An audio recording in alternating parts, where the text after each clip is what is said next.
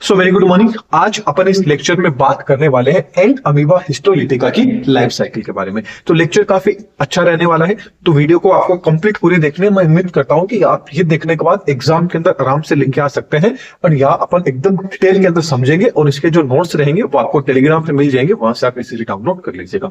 Telegram नहीं है तो इसके अलावा व्हाट्सएप है एंड फिर आपका जो इंस्टाग्राम है वहां से भी जुड़ सकते हैं। सबकी लिंक आपको नीचे डिस्क्रिप्शन बॉक्स में मिल जाएगी, वहां से इजीली देख लीजिएगा। तो बात करते हैं एंड अमीबा हिस्टोलिटिका। तो ये डिजीज किसके द्वारा होती है, नाम से पता चल रहा है अमीबा किसके द्वारा होते हैं, अमीबा। एंड अमीबा ये समझने के अकॉर्डिंग समझ सकते हैं एंड अमीबा। एंड यहाँ पे जो आगे आ गया इसका मतलब है आपके इंटेस्टाइन से, किससे है, आपकी इंटेस्टाइन से रिलेटेड है। अमीबा आपका अमीबा हो ही गया। हिस्टोलिटिका, हिस्टो का मतलब किससे होता है, टिश्यू से, एंड लिटिका का मतलब होता है किसी चीज को लाइसिस करना। मतलब ये आपका अमीबा होता है। ये जो आपकी इंटेस्टाइन होती है, उस इंटेस्टाइन की जो टिश्यू है उसको क्या करते हैं, लाइसिस करने का काम करते हैं, डिग्रेडेबल करते हैं, जिससे क्या हो जाती है, डिजीज हो जाती है। तो ये डिजीज कैसे होती है इसको अपन डिस्कस करते हैं। तो ये आपका जो आपका क्या, ये एक तरह का क्या है, आपके प्रोटोजोन है, क्योंकि अमीबा किसके अंदर आता है, आपकी प्रोटोजोआ फाइलम के अंदर आता है। तो ये क्या होता है, एक तरह का पैरासाइट होता है।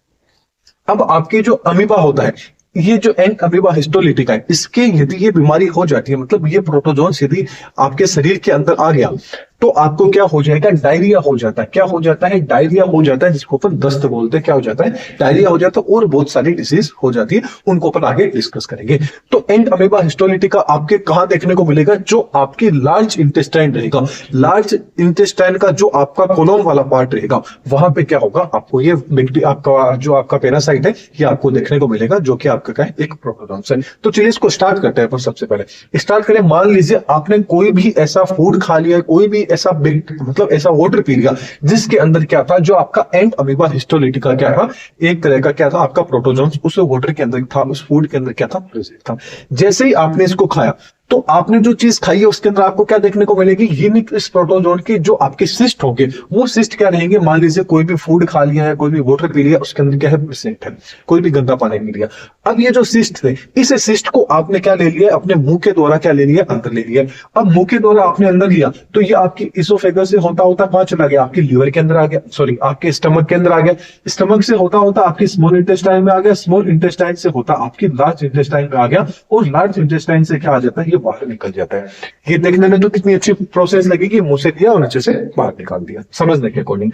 अब जैसे ही आपने इसको मुंह के अंदर लिया तो यहाँ पे ये जो सिस्ट ना, ये आपका क्या है, नॉन मोबाइल है। कैसा है, नॉन मोबाइल है। नॉन मोबाइल का मतलब हो गया कि इसमें किसी भी तरह का मूवमेंट है, वो मूवमेंट आपको नहीं देखने को मिलेगा। तो आपके जब ये लीवर में, सॉरी जब आपके स्टमक में जा रहा था, उससे पहले तो क्या था, ये नॉन मोबाइल था।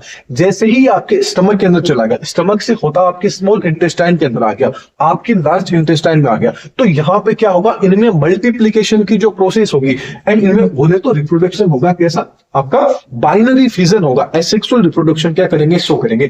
बाइनरी फ्यूजन के द्वारा ये एक सिंगल सिस्ट आया था, ये एक सिंगल सिस्ट क्या होगा, मल्टीपली क्या हो जाएगा, डिवाइड हो जाएगा, और नंबर में कितने बना लेंगे, आपके 8 बना लेंगे। नंबर में कितने बना लेंगे, 8 बना लेंगे, एंड बहुत सारे क्या हो जाएंगे, नंबर में बना लेंगे। जैसे ही बहुत सारे आपके नंबर में बना लिए तो आपकी जो लार्ज इंटेस्टाइन थी, इस लार्ज इंटेस्टाइन के अंदर क्या हो गए, ये बहुत सारे हो गए।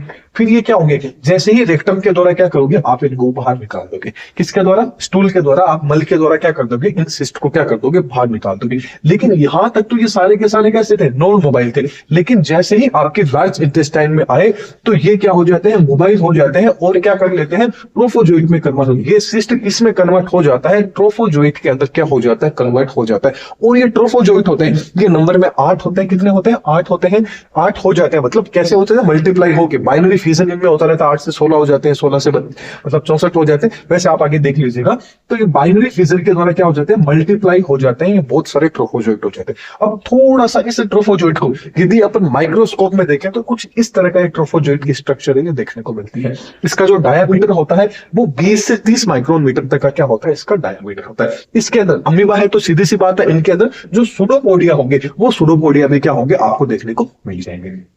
अब आप इसके अंदर बीच में ये जो राउंडेड देख रहे हैं, ये बीच में आप इसके अंदर देख रहे हैं। अब इसके अंदर आप देख रहे हैं कुछ डॉट डॉट डॉट डॉट आपको स्ट्रक्चर दिखाई दे रही होगी। ये क्या होता है, इसका एंडोप्लाज्म होता है। क्या होता है, इसका एंडोप्लाज्म होता है। इसके अलावा इसके अंदर बीच में क्या होता है, इसका कैरियोसोम होता है। एंड इसके जो चारों ओर आप मेम्ब्रेन देख रहे हैं, ये क्या है, आपकी न्यूक्लियर मेम्ब्रेन होता है, बोल तो ये आपका न्यूक्लियस है। ओके, अब इसके अंदर आप ये जो रेड रेड कलर देख रहे हैं, ये रेड रेड क्या होती है, इंजस्टेड जो आपकी आरबीसी, मतलब इस आपके ट्रोफोजोइट ने जो आरबीसी खाई थी, वो आरबीसी भी आप इसके अंदर देख सकते हो। अब वो आरबीसी कैसे खाई है अपन उनको देखते हैं। अब मान लीजिए ये तो अपन नॉर्मल प्रोसेस अपन ने देख ली। अब क्या होता है, ये आपका जो ट्रोफोजोइट होता है, ये आपके शरीर में दो तरह से व्यवहार कर सकता है, दो तरह से बोले तो व्यवहार कर सकता है। एक तो नॉन इन्वेसिव, एक इन्वेसिव तरह से। एक तो नॉन इन्वेसिव तरीके से, एक इन्वेसिव तरीके से। नॉन इन्वेसिव नाम से पता चल रहा है, नॉन इन्वेसिव का मतलब हो गया ये तो आपकी क्या है, आपकी जो सिलोम थी, मतलब जो आपकी कोलोन थी, लार्ज इंटेस्टाइन का जो कोलोन वाला पार्ट होता है, वो वाला पार्ट है। ये उसकी क्या है, एपिथेलियम टिश्यू, मतलब लेयर है, उसकी टिश्यू है। अब ये आपकी क्या है, म्यूकस लेयर है। ये ब्लैक वाली आप देख रहे हैं म्यूकस लेयर है, ये आपकी क्या है, ब्लड वेसल्स है। यहां से आपका ब्लड वाला सिस्टम चल रहा है।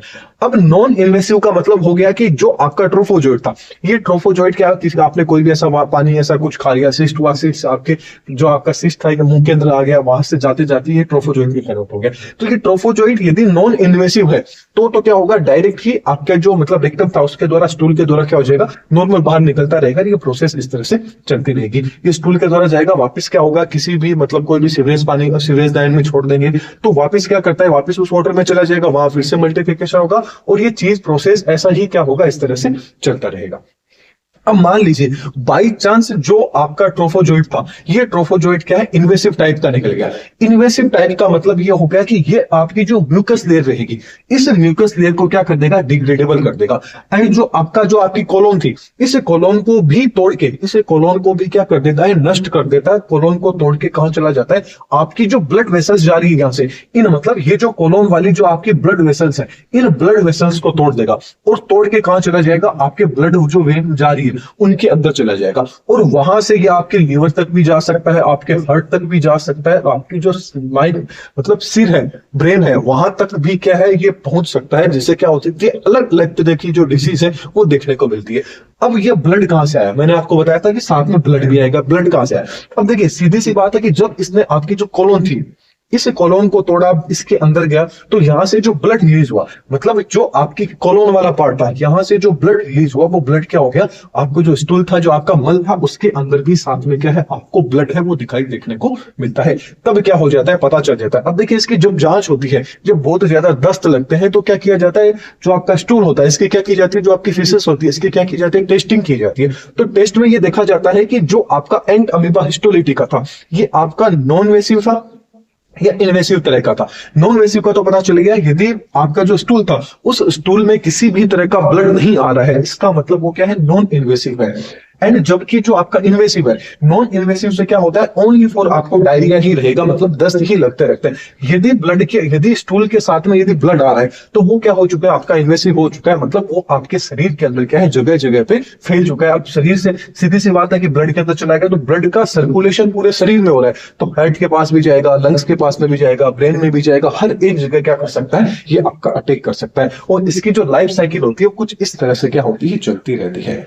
तो ये अपना एंट अमीबा हिस्टोलिटिका की लाइफ साइकिल थी, जो आपके क्या थी, यहां से मतलब कोई भी ऐसा गंदा पानी हो गया, कुछ भी गंदी चीज आपने खा ली, उसके द्वारा जो एंट अमीबा हिस्टोलिटिका का जो सिस्ट था, वो सिस्ट आपके शरीर में चला गया। वहां जाके ये क्या करेगा, ये सिस्ट कन्वर्ट हो जाएगा किसमें, ट्रोफोजोइट में। किसमें कन्वर्ट हो जाएगा, ट्रोफोजोइट में कन्वर्ट हो जाएगा, आपकी लार्ज इंटेस्टाइन में। और ट्रोफोजोइट की कुछ इस तरह से स्ट्रक्चर होती है, इसमें रेड रेड जो आप देख रहे हैं, ये आपकी जो आरबीसी इसने निकलनी थी, वो आरबीसी सारी की सारी दिखाई देती है। फिर ये जो ट्रोफोजोइट होता है, ये ट्रोफोजोइट क्या हो सकता है, नॉन इन्वेसिव भी हो सकता है, इन्वेसिव टाइप का भी हो सकता है। नॉन इन्वेसिव का मतलब हो गया कि मतलब ये ज्यादा आपको इतना हानि नहीं पहुंचाएगा, जबकि इन्वेसिव कुछ ज्यादा ही आपको क्या कर देगा, नुकसान पहुंचा देगा, जो आपके लीवर पे भी अटैक कर सकता है, हार्ट पे भी कर सकता है, आपके ब्रेन पे भी कर सकता है। तो लेक्चर कैसा लगा कमेंट बॉक्स में बताइएगा। कोई भी डाउट है तो आप पूछ सकते हैं। एंड वीडियो पसंद आई है तो वीडियो को लाइक कीजिएगा, चैनल को सब्सक्राइब कीजिएगा। आपको बीएससी सेमेस्टर से रिलेटेड जितने भी डाउट्स है, जितने भी लेक्चर है, वो सारे के सारे आपको इस चैनल पर देखने को मिलते रहेंगे। तो चलिए नेक्स्ट लेक्चर में फिर मिलेंगे।